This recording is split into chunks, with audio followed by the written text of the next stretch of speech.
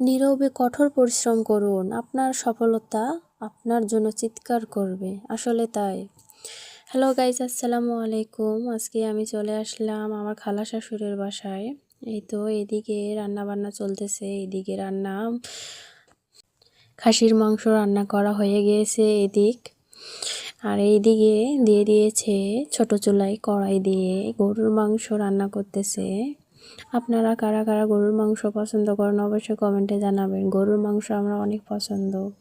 গরুর মাংসে কী কী দিচ্ছে আর আমাদের এলাকায় কীরকমভাবে রান্না করে গ্রামে অবশ্যই আপনাদেরকে দেখাবো। মশলা প্রথমে দিয়ে দিয়েছে, এখন গুঁড়া ঝাল দিয়ে দিল, তেজপাতা, এই তো গুঁড়া ঝাল দিতেছে, তেজপাতা, লবণ দিয়ে দিয়েছে, এখন দিয়ে দিল একটু গুঁড়া ঝাল। এই তো একটু বেশি হয়ে গেছে, একটু উঠিয়ে নিল।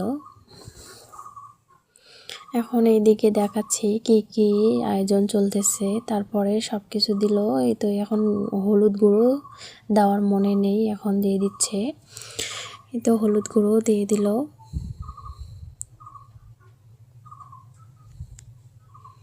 আপনারা কে কে এরকমভাবে রান্না করেন অবশ্যই কমেন্টে জানাবেন বন্ধুরা।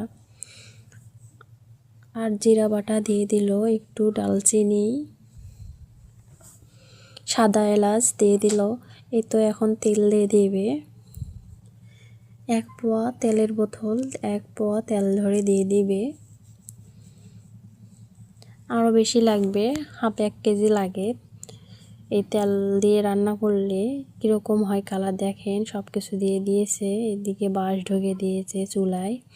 এই তো রান্না চলতেছে। কেমন হয়েছে রান্নাটা অবশ্যই কমেন্টে জানাবেন বন্ধুরা।